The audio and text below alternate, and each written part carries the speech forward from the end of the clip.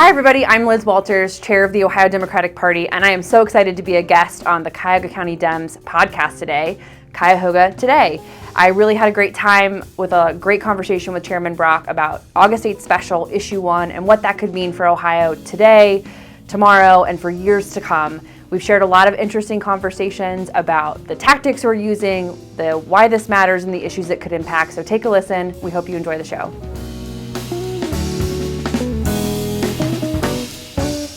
Good afternoon, everybody. This is Dave Brock, chair of the Cuyahoga County Democratic Party, and today we're incredibly lucky. We're being visited by Liz Walters, the chair of the Ohio Democratic Party and county councilperson from Summit County. So thank you very much for coming.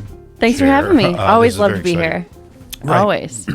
And today we just got huge news just in the last couple of hours that reproductive rights will be on the ballot this November. So I think we can both agree that this makes August 8th even more important. Yeah. As though it could have been any more important than it already is, right? Absolutely. And I think the most exciting part about qualifying today for the ballot is not just what this means for Ohio, what it says about where Ohio is as a state. It's a real testament about the strength of our movement. Here in Ohio, here in Cuyahoga County, you guys blew it out of the water with 24,000 signatures. Amazing. Right. But also all the coalition building we've been able to do this year, first for Repro and now in this vote no on August 8th. And as you mentioned, this special election is, it's, pretty existential for the movement, for progress, for a different kind of state, different kind of leadership in this state, because today it's about abortion rights. Yeah. But if issue 1 passes, next year it's about union rights, it's about voting rights, it's about civil rights. And so beating state issue 1 and getting everybody to vote no on August 8th is critical for our success in November, but also for the future of the state and the kind of place we want to live in.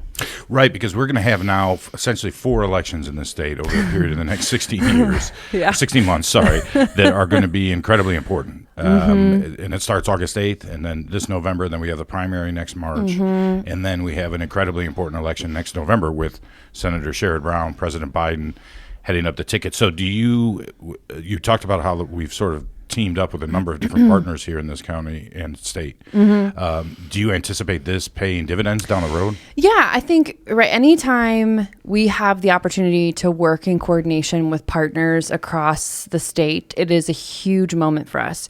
Because during candidate years, so when the senators on the ballot, when our members of Congress are on the ballot, Ohio is what you call a non-coordination state. So it means that we have to both go to our sides of the playground and we cannot communicate or strategize together. Right. But ballot initiatives are this unique opportunity in Ohio politics where that restriction doesn't exist. So we're really able to map out capacity and say, okay, the Cuyahoga County Democratic Party is super strong. So we are hitting a lot of doors here. How do we free up volunteers from the ACLU or Planned Parenthood to maybe do some work in Lake County or in Stark County? So we're able to map that out in full view, which is so helpful because it, one, helps us all build trust, helps us get to know each other's programs and volunteer structure, but 2, really helps us see kind of the heat map of the whole state to say, here's where things are really strong, and then here's where there's nothing happening from anybody. So who's going to take the lead on going in and working on that? And, spoiler alert, it's almost always us because we're the only organization that exists in every county in the state. So, good point. So glad you guys are crushing it here in Cuyahoga County because that helps the state party be able to spend more time investing in rural Democratic power building or investing in other, big county parties that maybe have some new leadership who need a little more support and structure. Yeah, I think it was really says a lot about Cuyahoga County that more than 1 out of every 7 signatures that were submitted were from this county. How fast did you do that math? Yes. And that, up all night working on my math. But the other reality is 24,000 in this county from the party alone was something that I wasn't certain was going to, we set our own goals, of course, and we thought we could do it, but I can say the same thing, is that we were able to reach every corner of this county of 1.25 million people, and we had people buying in left and right, and again, we only got about 1 out of 5 of all the signatures in this county, so there was a lot going on in this county and a lot of different groups. So I think it says a lot.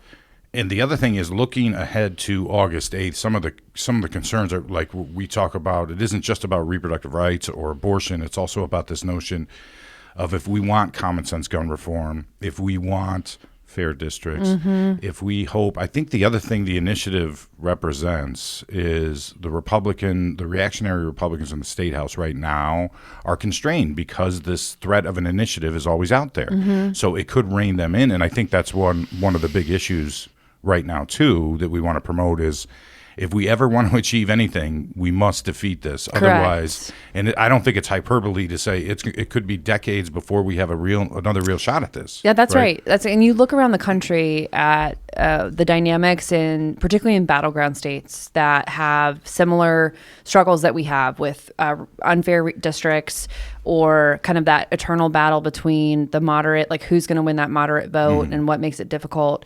And Florida is a great example where they have really, really strict ballot initiative laws that are, in my view, pretty out of alignment with constitutional rights and what it means to have a democracy. And as they're working to get reproductive rights on the ballot in Florida, it's a different ballgame, and it's twice as hard, it's twice as expensive. And let's be really clear, it is already really hard to get something on the ballot in Ohio. Oh, yeah. You got to qualify in 44 counties. You have to get hundreds of thousands of signatures. And so anything that could make that process more difficult is just an incredible insult to democracy, but also puts a lot of strain on what pathways people who care about making a difference in the state have to achieve that end. So, yeah, exactly. And what were the experts telling you as far as what they think turnout would be August 8th? I mean, you're asking the magic question because no one really can answer that. Right, it's so hard to predict because we don't have an August special every year. Right. So modeling that, data scientists kind of struggle. So if you're just using the most recent, which was 2022 as a benchmark, we're not expecting a whole lot. Yeah, right. So I think as we build universes for that and we decide who are the voters that most need to hear from us and with what message and to take what action, it's really rooted in kind of voter behavior, but also what is the coalition we have to put together to win. So it's not just driven by any one thing, but I think it is really an interesting challenge for us. But I want to ask you a question. What are you seeing in this county in terms of I saw that lit piece out there earlier with you got from a Trump Republican voter who's voting no. And so what an interesting coalition we're building here, right? Really is remarkable. I was at the Bay Village, I think it's Bay Days a couple of weeks ago, and that's where we were seeing a guy dressed in Trump paraphernalia, whatever that may be, some sort of pseudo army outfit that they wear that's passing out this almost wanted poster with the wine and the rose's face on it, because this gentleman and many others are so adamantly opposed to issue 1 because it's a direct threat to freedom, quite frankly. And conservatives also often use terms like liberty or tyranny without being able to define, or in the case of tyranny, spell them.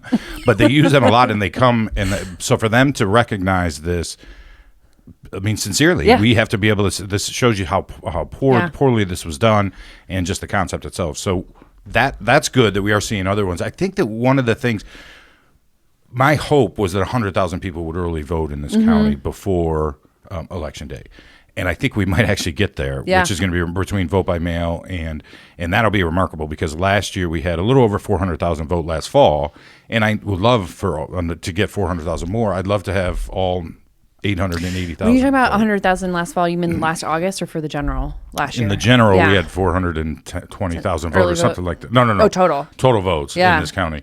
And we're going to come near 100,000 early votes for August 8th this time. I mean, and that's the other piece of this that I find so fascinating. And I know it's 2 pieces. One, how quick the conservative movement is to target DeWine and LaRose, which, don't get me wrong, they are horrible actors, and I couldn't do more to, just express my disgust with them. Right. But also the kind of pass that other leaders in their party get, whether it's Matt Huffman, the Senate president, who's really the mastermind behind a lot of this and the one who drives a lot of their fundraising.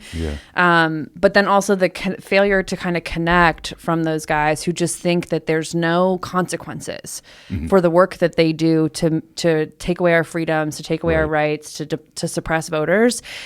But then conversely, kind of the opportunity they hand us, that's bananas that there's that many voters participating in an August special in a county that is critical to Democratic success in this state. Yeah. And it's not unique to this county. We're seeing huge turnout in Franklin and Hamilton and not just there either, right? A lot of other places too. But when we look at this, it's, there's part of us that says, oh my God, are we ever going to get like a month to just like take a breath? Right. And the answer is no. But the good news, if we're looking for a silver lining, is this gives us that chance to organize, to build, to test the structure, but also to build good habits for voters. Yeah. And that's the ultimate goal of our work always, right? It's we talk a lot about candidates, we talk a lot about their message, but it's what actions are voters taking to make their voice heard? That's our highest calling to support that and facilitate that. And they've given us a huge window here to do more. I said the same thing once this passed the state house. I said that this is crazy for Republicans to give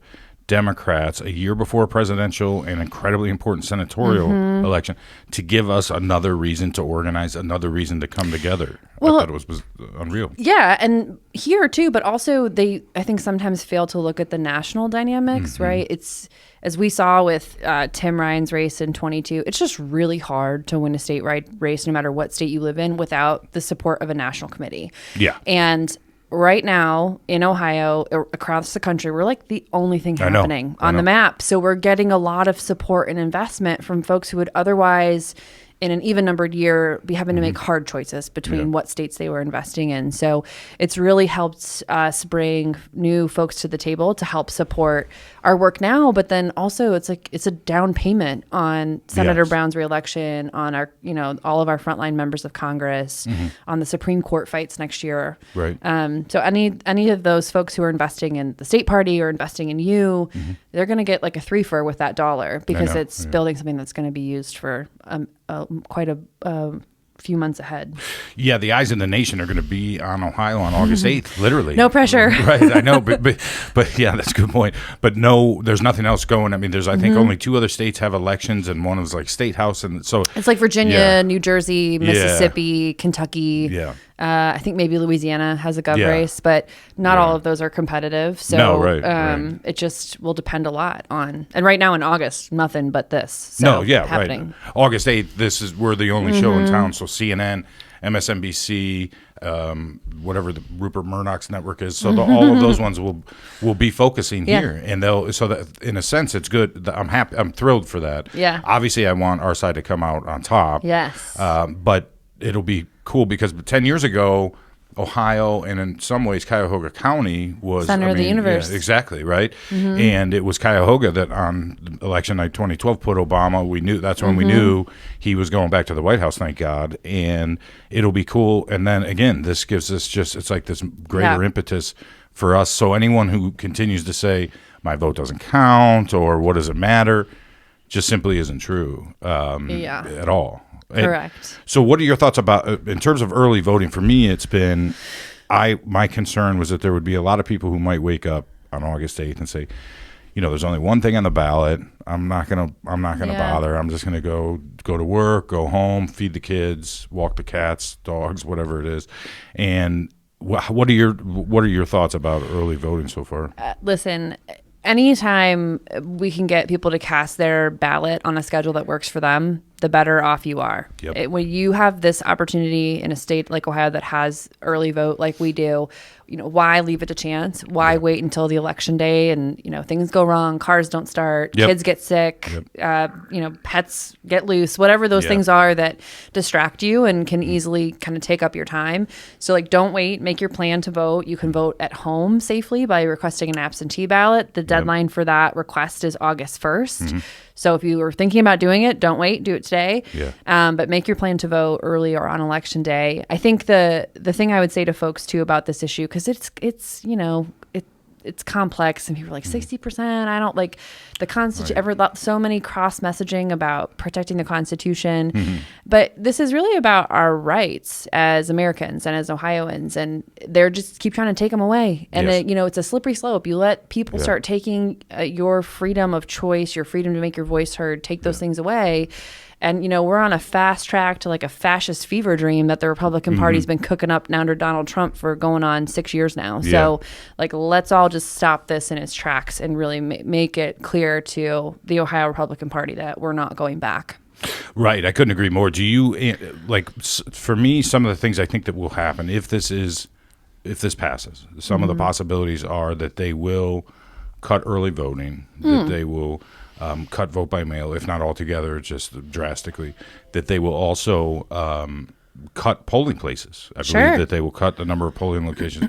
I was hearing a story about a state house Republican recently who said, why are there so many voting locations, right? And he was talking about the rural county where he lives, but surely in their mind, why does Cuyahoga have 300 voting places? They should only have 100. Sure. Making it more difficult to vote, right? Absolutely. I mean, and that's just the start. There's so many other things that are at stake here. Ohio, it's hard to put into context for folks if they don't follow it, and why would you? If you can go cast your vote and you have no problems with it, great. Right. But there are so many ways that Ohio is so far behind the times on accessibility, on equitable access to voting, and just empowering people. The fact that people casting a ballot is a debate that we have about whether it's good or bad. This is the United States of America. Voting is a sacred gift. Our democracy is this gift.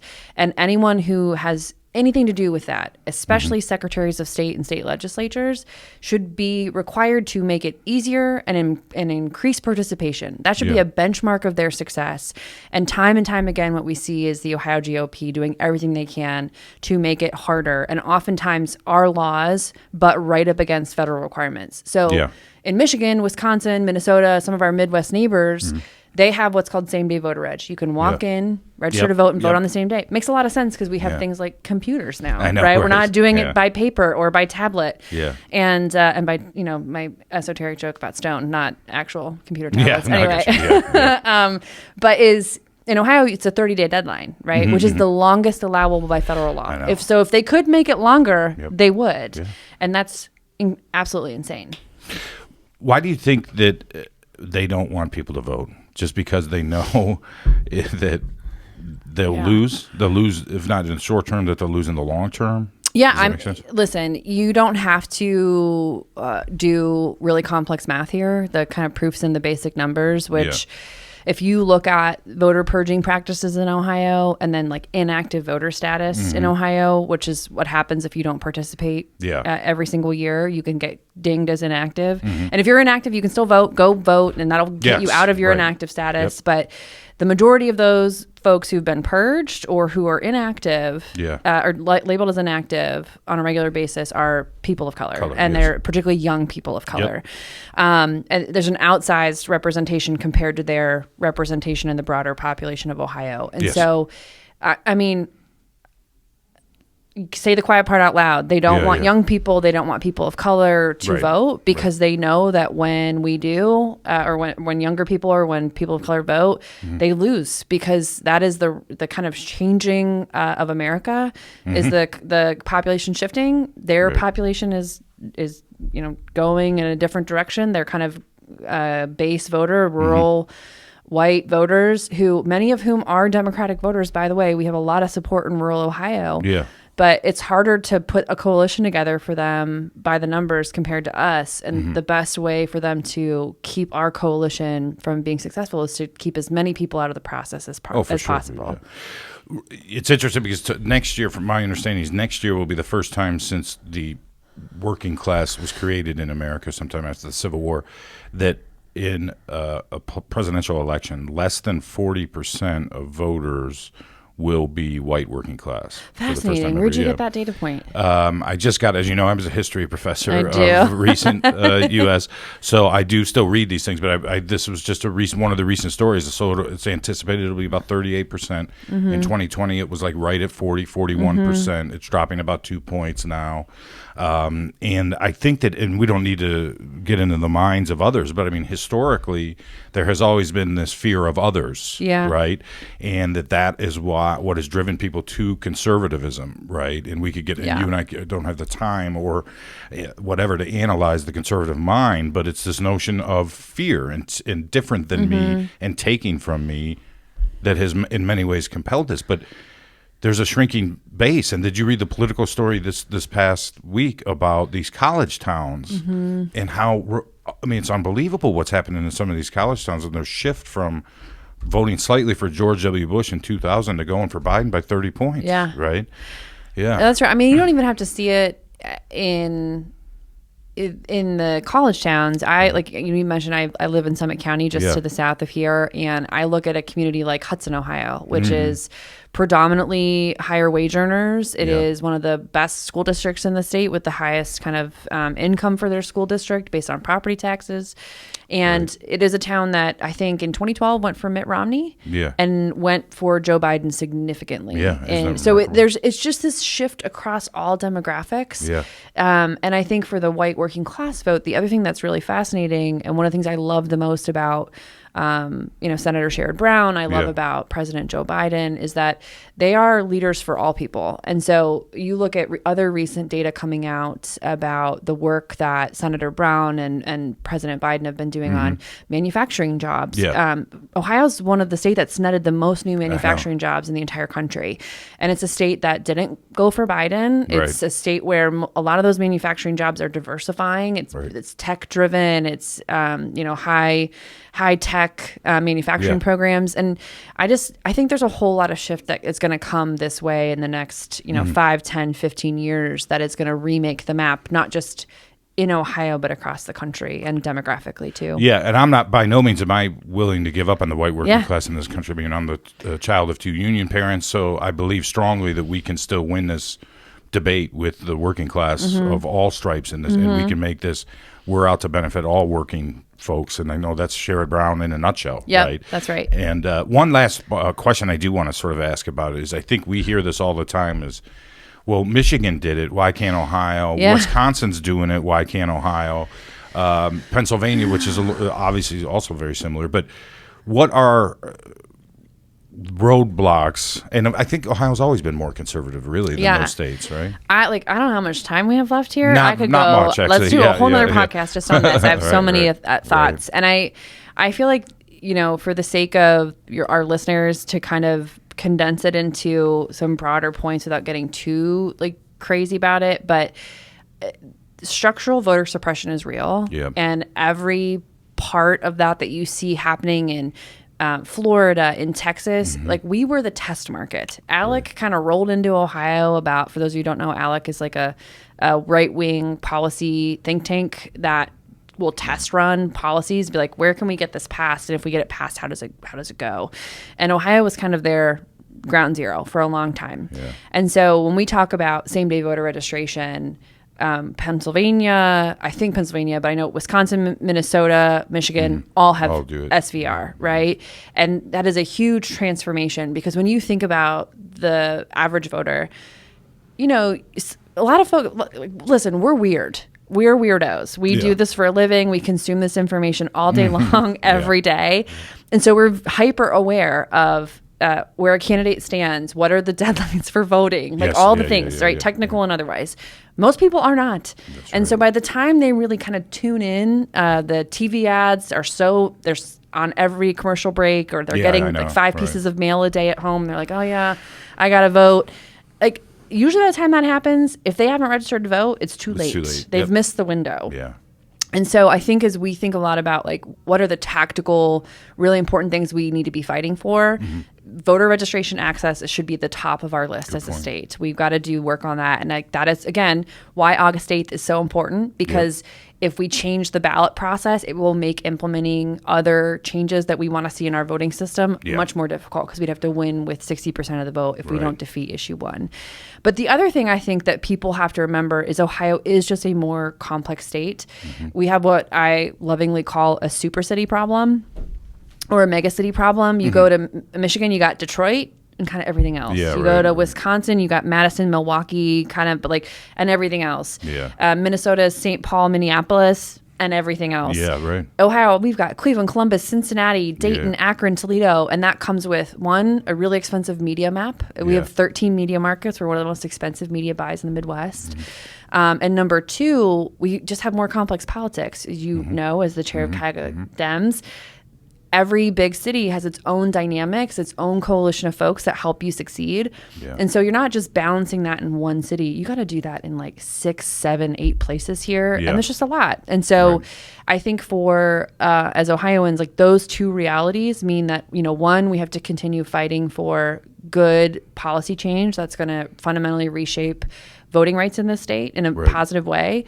But two, as Democrats, we have to really call ourselves to focusing on the most important work.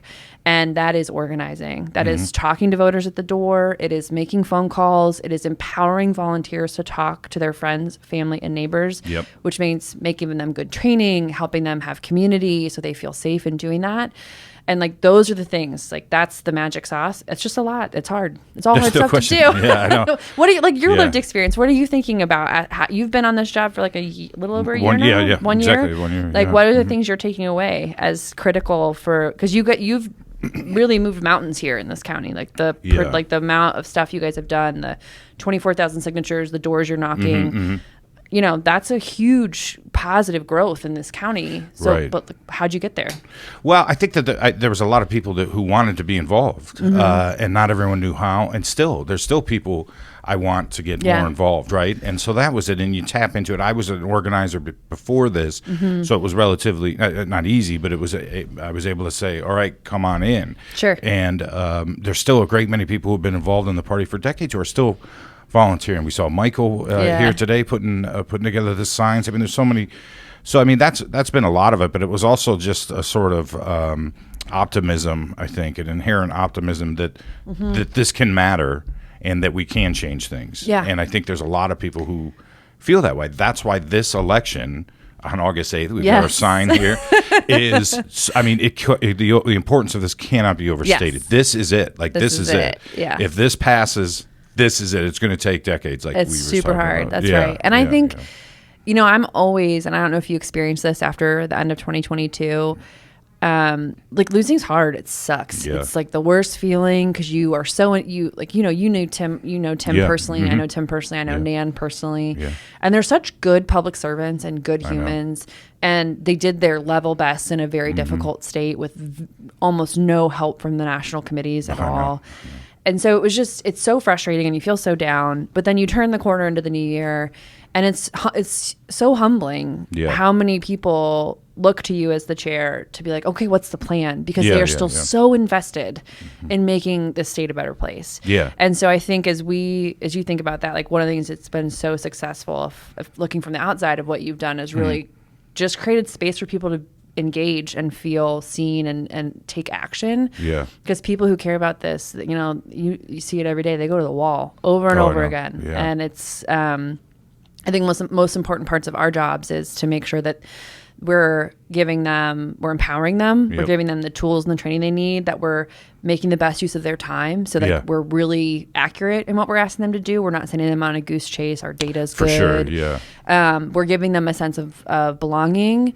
And then just creating like lots of gratitude space for them of, these people are being like, they're patriots, right? Some people enlist in the military and take up arms for their country.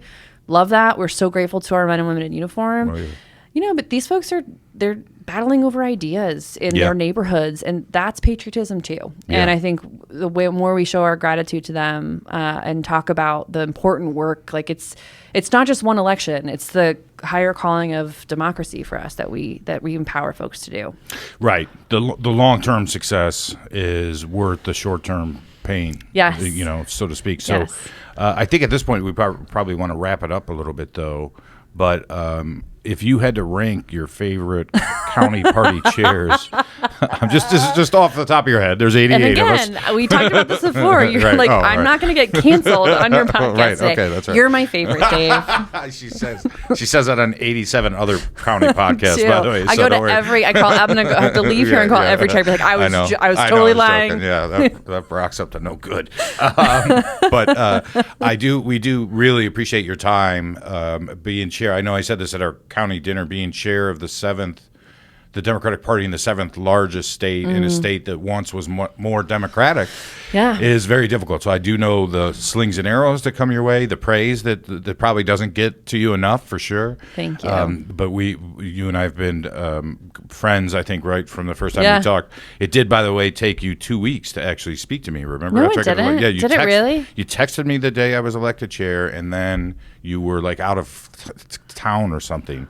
So I started to get genuinely very deep memory. Well, for any time I'm offended deeply and pained personally, I remember those things. I can only say this. It's probably because I was raising money, which is the biggest part of this job, unfortunately. I know. So right. I'm trying to think. That was June of May. Yes, June of 2022. Okay. Well, I'm sorry I didn't call you right away. No, I've never made that mistake again. Now I'll call you all the time. Please, no, I'm far too busy. But no, it was great. It was great when you did text me I said, what a difference my life, the change in my life from when I. Just those couple hours. It was Mayor Bibb, Chris, who I knew. I mean, I knew both of them, but then it was like, hey, this is Liz Walters. Cheers. And then the next day was, hi, it's Senator Brown. And I'm like, oh, my goodness. But this has been a great journey, and thank you for all your help here in this county and with everybody else. Well, thanks for having me, and thanks for everything you're doing. This is great. I'd love to come back. This is super fun. I appreciate it. Thank you very much. Okay.